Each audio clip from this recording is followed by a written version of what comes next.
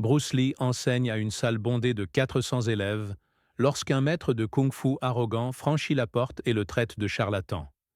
Ce que Bruce fait dans les 5 secondes qui suivent ne fait pas que réduire la salle au silence. Cela crée un moment qui sera raconté dans les écoles d'arts martiaux pendant les 50 années suivantes. Seattle, État de Washington, mars 1967. La Junfan Kung Fu Academy occupe le deuxième étage d'un immeuble en briques du quartier universitaire, angle de la 4e avenue et Pike Street. On y accède en grimpant un escalier en bois étroit qui craque à chaque marche. En haut, une porte simple avec une enseigne peinte à la main. Lettres noires sur bois blanc. Junfan Kung Fu. Pas de graphisme sophistiqué. Pas de dragon mystique. Juste le nom. C'est tout ce dont elle a besoin. Il est 15 heures un samedi. Dehors, la pluie printanière martèle les fenêtres. Cette pluie de Seattle qui ne tombe pas vraiment mais plane dans l'air comme une brume, pesante. Le genre qui traverse les vestes et vous glace jusqu'aux os. À l'intérieur, 400 personnes sont entassées dans un espace conçu pour 200. Des élèves assis en tailleur sur le parquet. Certains debout contre les murs, d'autres coincés dans l'embrasure de la porte, essayant simplement de voir. Quelques-uns assis sur les rebords de fenêtres. Chaque centimètre carré occupé par un corps.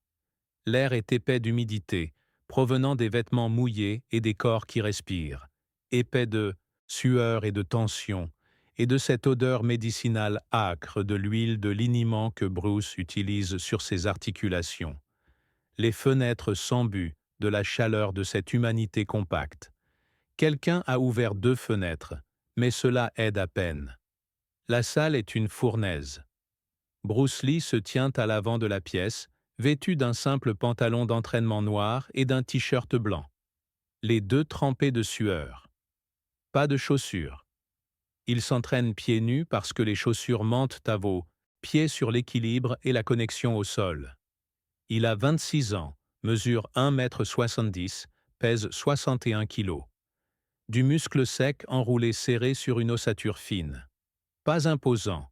Définitivement pas imposant selon les standards traditionnels des maîtres d'arts martiaux. Il n'a pas l'air de grand-chose quand il est immobile. Il ressemble à un étudiant universitaire. À quelqu'un que vous croiseriez dans la rue sans le remarquer. Mais ensuite, il bouge et tout change.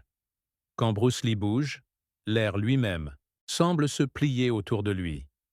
C'est son séminaire ouvert, celui qu'il organise 2 fois par an, où n'importe qui peut venir le voir enseigner, où un artiste martial traditionnel peut voir ce qu'il appelle son style sans style, où les sceptiques peuvent venir juger par eux-mêmes si cet immigrant chinois qui prétend révolutionner les arts martiaux est authentique ou juste un autre arnaqueur vendant du mysticisme oriental à des occidentaux crédules.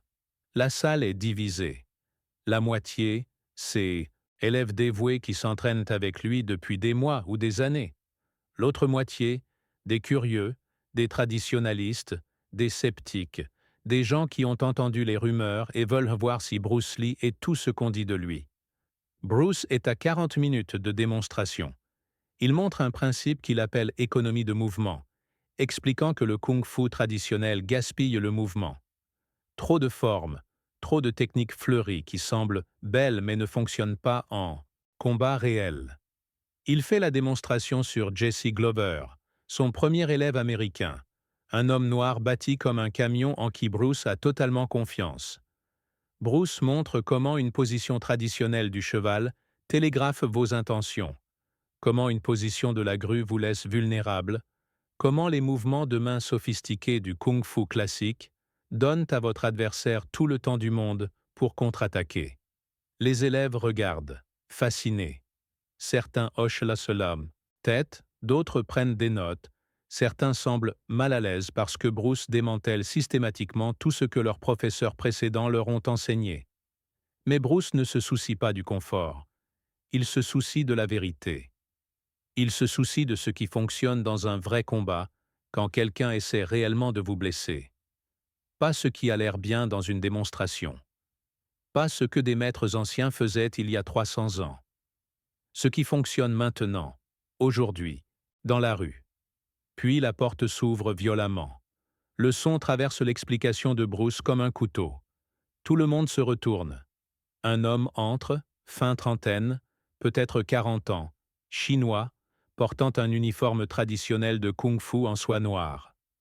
Le genre coûteux avec des broderies dorées sur la poitrine, des motifs de dragon sur les épaules, le genre qui coûte 300 $ et annonce à tout le monde que vous prenez cela très au sérieux. Ses cheveux sont tirés en arrière en queue, traditionnel. Visage dur comme la pierre, yeux scrutant la salle avec un pur mépris. Il marche droit dans l'allée centrale. Les élèves se précipitent hors de son chemin. Il ne les reconnaît pas, ne les regarde pas. Marche juste avec cette arrogance délibérée vers l'avant de la salle, vers Bruce. Chaque pas calculé, chaque mouvement conçu pour commander l'attention, pour dominer l'espace, pour annoncer que quelqu'un d'important est arrivé et que tout le monde devrait faire attention. Bruce arrête d'enseigner, regarde cet homme approcher, ne dit rien, attend simplement. La salle devient silencieuse. 400 personnes retenant leur souffle. Jesse Glover s'écarte sur le côté, donnant de l'espace, sentant que quelque chose va se passer. L'homme s'arrête à 3 mètres de Bruce, assez près pour être confrontant, assez loin pour maintenir une certaine formalité. Il regarde Bruce de haut en bas lentement, prenant note des vêtements simples, des pieds nus, de l'absence, d'apparat traditionnel des arts martiaux. Sa lèvre se recourbe de dégoût. Puis il parle. Sa voix porte à travers toute la salle, forte, tranchante, conçue pour être entendue. Il parle en cantonais d'abord, puis passe à un anglais fortement accentué, pour que tout le monde comprenne. Son message est simple et dévastateur. Bruce Lee est un imposteur, un charlatan, une disgrâce pour les arts martiaux chinois. Il enseigne des techniques bâtardes à des blancs et des noirs qui n'ont aucune raison d'apprendre des systèmes de combat chinois sacrés. Il manque de respect à la tradition, manque de respect aux anciens maîtres, manque de respect à tout ce que le kung-fu représente. Il n'est pas un vrai artiste martial. C'est un acteur, un comédien qui fait semblant. Et pire encore, il fait payer de l'argent pour enseigner des ordures diluées à des Américains qui ne méritent pas d'apprendre le vrai kung-fu. La salle explose, non pas de son, mais de tension. On peut la sentir, comme de l'électricité. 400 personnes arrêtent de respirer. Les élèves de Bruce ont l'air en colère, prêts à défendre leur professeur. Les étrangers semblent fascinés. C'est pour ça qu'ils sont venus. Du drame, de la confrontation, une preuve dans un sens ou dans l'autre. Les poings de Jesse Glover se serrent, mais il ne bouge pas parce que Bruce n'a pas bougé. Et quand Bruce ne bouge pas, tout le monde se fige. Bruce laisse les mots flotter dans l'air, les laisse s'installer, laisse tout le monde les entendre, les traiter et les ressentir. Puis il pose une question en cantonais. Calme, douce, presque polie. Quel est votre nom?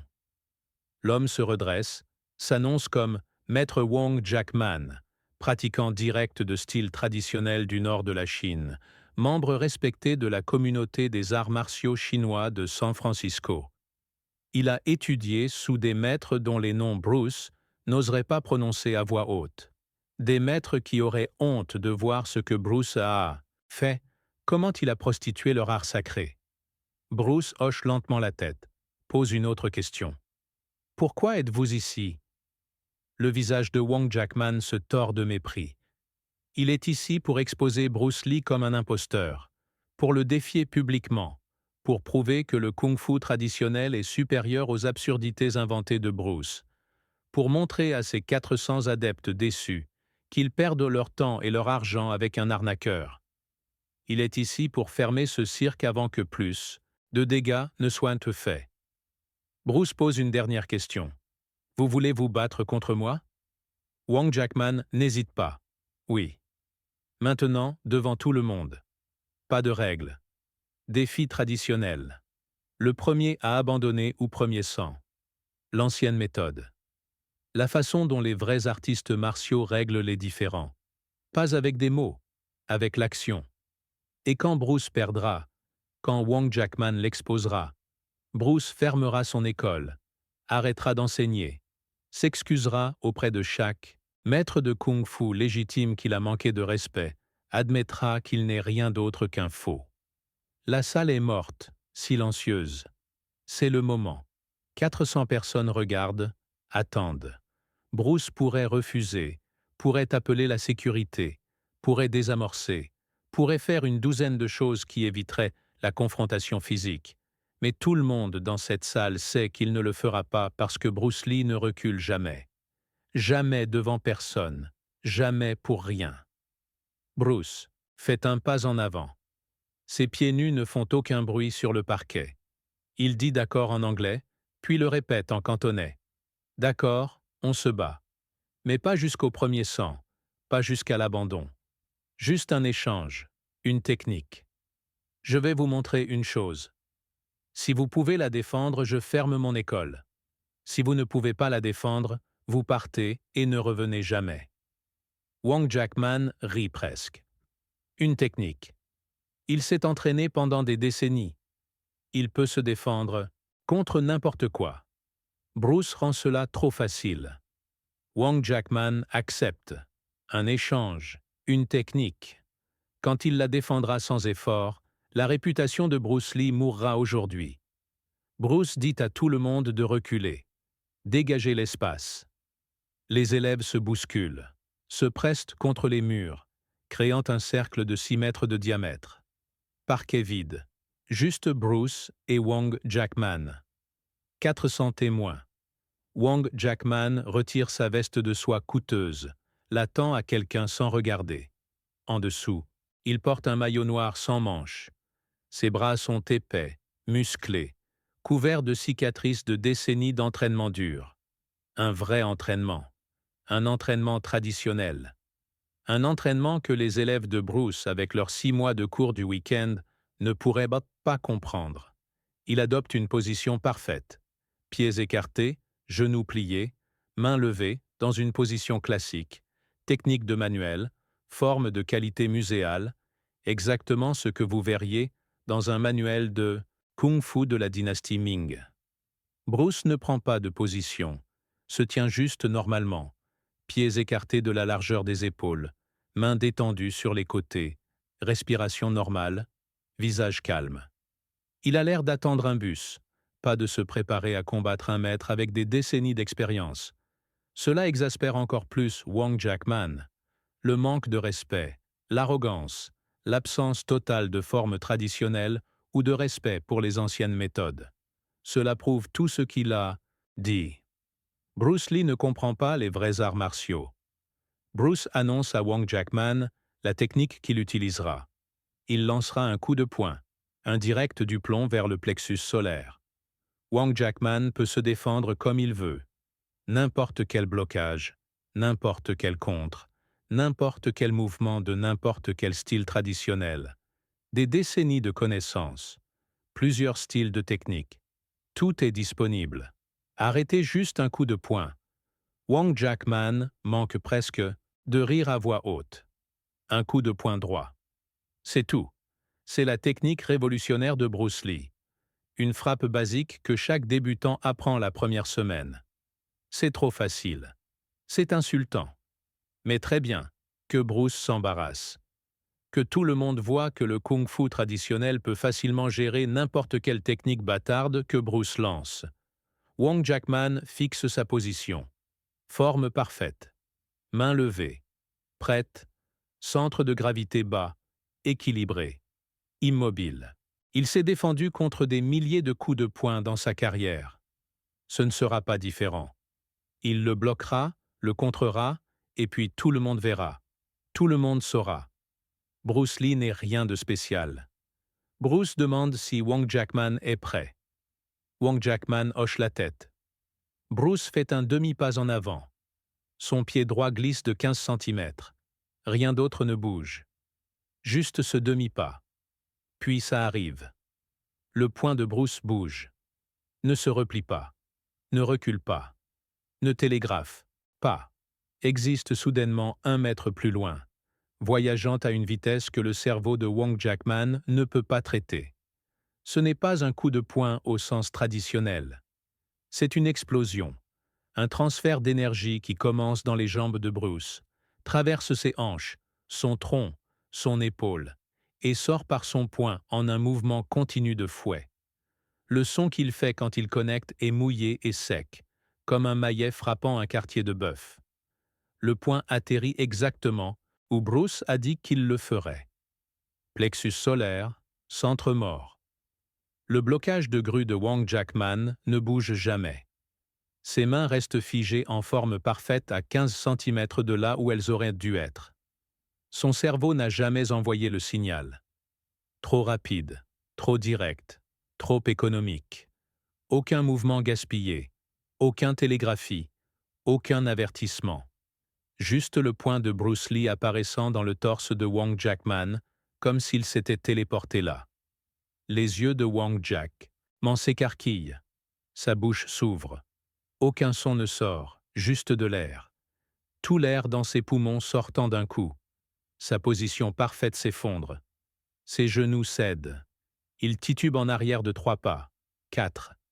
Ses mains tombent sur son estomac. Il se plie en deux. Halète. Essaie de respirer. Ne peut pas. La frappe au plexus solaire paralyse le diaphragme, arrête temporairement la respiration. Wang Jackman tombe sur un genou, essayant toujours de tirer de l'air dans des poumons qui ne fonctionnent pas. Son visage passe du rouge au violet. La panique s'installe. Il suffoque. Ne peut pas respirer. Ne peut pas parler. Ne peut rien faire d'autre que s'agenouiller là, devant 400 personnes, essayant désespérément de se rappeler comment respirer. Toute la séquence prend 5 secondes, du moment où Bruce a bougé au moment où Wang Jackman tombe sur son genou. 5 secondes pour complètement démanteler des décennies d'entraînement traditionnel. 5 secondes pour prouver chaque mot que Bruce a dit sur l'économie de mouvement. 5 secondes pour valider tout ce que Bruce enseigne.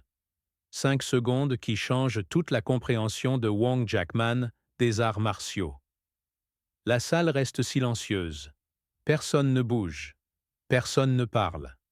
Ils viennent de voir quelque chose d'impossible. On regardait un homme qui prétendait des décennies de maîtrise se faire démolir par un seul coup de poing d'un homme de 26 ans qui n'a même pas pris une position traditionnelle. On regardait la technique, la vitesse et la compréhension battre la tradition, la fierté et l'arrogance. On regardait l'ancienne méthode perdre contre la nouvelle méthode dans la démonstration la plus définitive possible. Bruce ne célèbre pas, ne se vante pas, ne sourit pas, ne pose pas, ne revendique pas la victoire. Il marche juste vers Wang Jackman, s'agenouille à côté de lui, pose une main sur son dos, parle doucement en cantonais, lui dit de se détendre, lui dit que la respiration reviendra, lui dit que c'est bon. La frappe était contrôlée. Aucun dommage permanent, juste une paralysie temporaire. Le diaphragme de Wang Jackman se réinitialisera dans 30 secondes. Attendez juste. Respirez juste. Bruce reste là avec sa main sur le dos de Wang Jackman, attendant, calme, patient, comme s'il aidait un élève. Pas un ennemi, pas un challenger, un élève. Lentement, la respiration de Wang Jackman revient, saccadée au début, puis plus profonde, puis normale. Il reste sur son genou, tête baissée, tremblant, pas de douleur, de choc, de la réalisation de ce qui vient de se passer, de comprendre à quel point il avait tort sur Bruce, sur la technique, sur ce qui compte en vrai combat. Des décennies d'entraînement ne l'ont pas préparé à 5 secondes de réalité. Bruce l'aide à se lever. Wang Jackman peut à peine le regarder. La honte est écrasante. Il est venu ici pour exposer un imposteur, pour défendre la tradition, pour prouver sa supériorité. Au lieu de cela, il a été détruit devant 400 personnes par la technique exacte que Bruce a annoncée à l'avance. Une technique que Wang Jackman jurait pouvoir facilement défendre. Sa fierté est brisée. Sa réputation est ruinée.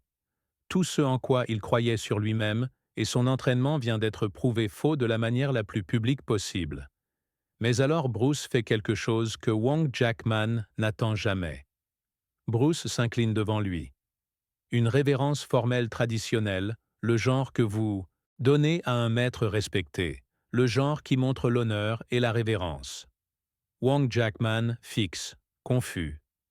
Bruce explique en cantonais, assez fort pour que les locuteurs chinois dans la salle entendent, mais assez doucement pour maintenir une certaine intimité. Il dit que la position de Wong Jackman était parfaite. Sa forme était de manuel. Ses décennies d'entraînement sont visibles dans chaque mouvement. Bruce ne manque pas de respect à cet entraînement. Ne rejette pas ces décennies de dévouement. Ce avec quoi Bruce n'est pas d'accord, ce n'est pas l'entraînement lui-même, mais l'hypothèse que la forme traditionnelle égale l'efficacité au combat. Ce sont deux choses différentes. Wong Jackman est un maître de forme traditionnelle. Absolument. Sans question. Mais la forme n'est pas le combat. Le combat concerne ce qui fonctionne quand quelqu'un essaie de vous blesser. Et ce qui fonctionne, c'est l'économie, la vitesse, la directivité, l'efficacité. Pas parce que la tradition est mauvaise, mais parce que la tradition n'a pas été conçue pour le combat moderne. Elle a été conçue pour un temps différent, un contexte différent, un but différent. Bruce dit à Wong Jackman qu'il est le bienvenu pour rester, pour regarder le reste du séminaire, pour apprendre s'il veut, pour poser des questions, pour remettre en question les hypothèses. Bruce n'a pas humilié Wong Jackman pour le détruire. Il l'a fait pour lui enseigner, pour lui montrer qu'il y a une autre voie, une meilleure voie, une voie qui respecte la tradition tout en allant au-delà. Wong Jackman peut s'accrocher à sa fierté et partir dans la honte, ou il peut lâcher prise de sa fierté et rester pour apprendre. Le choix lui appartient. Wong Jackman reste là pendant un long moment. 400 personnes regardent, attendent de voir ce qu'il fait. Sa veste de soie coûteuse est toujours froissée sur le sol où quelqu'un l'a laissé tomber. Sa réputation est détruite. Son défi est perdu. Toute sa vision du monde vient d'être démantelée en 5 secondes. Il pourrait partir, devrait partir, sauver ce qui reste de sa dignité. Mais alors il regarde Bruce. Le regarde vraiment. Voit non pas de l'arrogance, non pas de la moquerie, juste un enseignant offrant des connaissances, juste un artiste martial montrant du respect à un autre artiste martial malgré tout. Wong Jackman ramasse sa veste, marche vers l'arrière de la salle, s'assoit contre le mur, en tailleur, mains sur les genoux, et reste. Pendant les 2 heures suivantes, il regarde Bruce enseigner, le regarde démontrer, le regarde expliquer l'économie de mouvement et le rythme brisé et le principe d'interception. Il regarde tout ce qu'il est venu ici pour se moquer et rejeter. Et quelque chose change en lui. Quelque chose se fissure. Quelque chose qui a été fermé pendant des décennies. Des années plus tard, un journaliste demande à Wong Jackman ce jour-là, le défi, les 5 secondes qui ont tout changé.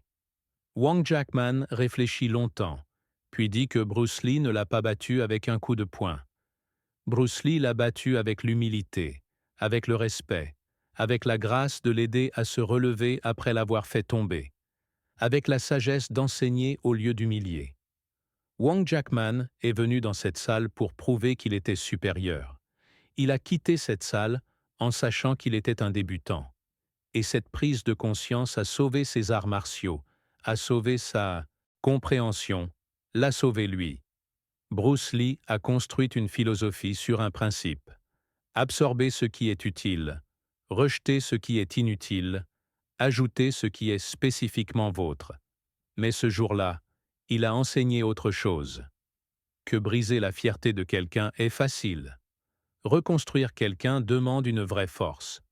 Que gagner un combat ne signifie rien si vous détruisez la personne contre qui vous vous êtes battu. Que la vraie maîtrise ne consiste pas à prouver que vous êtes meilleur. C'est rendre tout le monde autour de vous meilleur.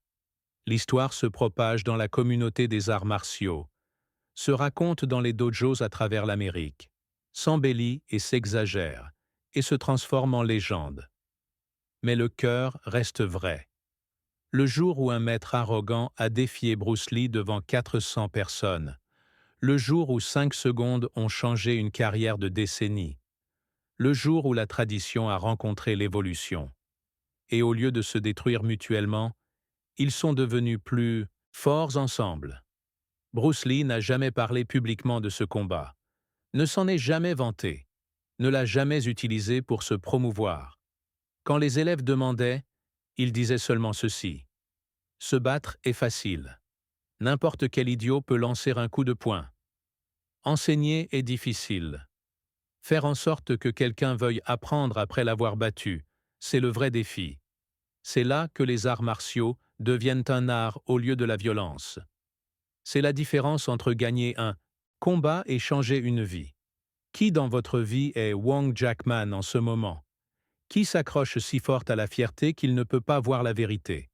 Et plus important encore, quand vous gagnez, quand vous prouvez votre point, quand vous avez raison et qu'ils ont tort, que faites-vous ensuite? Humiliez-vous ou enseignez-vous? Détruisez-vous ou construisez-vous? Parce que 5 secondes peuvent gagner un combat, mais ce que vous faites dans les 5 minutes suivantes détermine si vous êtes juste, fort ou si vous êtes un maître. C'est ce que Bruce Lee a enseigné un samedi pluvieux à Seattle. Pas avec la philosophie, pas avec des mots, avec 5 secondes d'action et 2 heures de grâce. Le coup de poing a prouvé qu'il avait raison. La révérence a prouvé qu'il était sage. Et 50 ans plus tard, nous apprenons encore.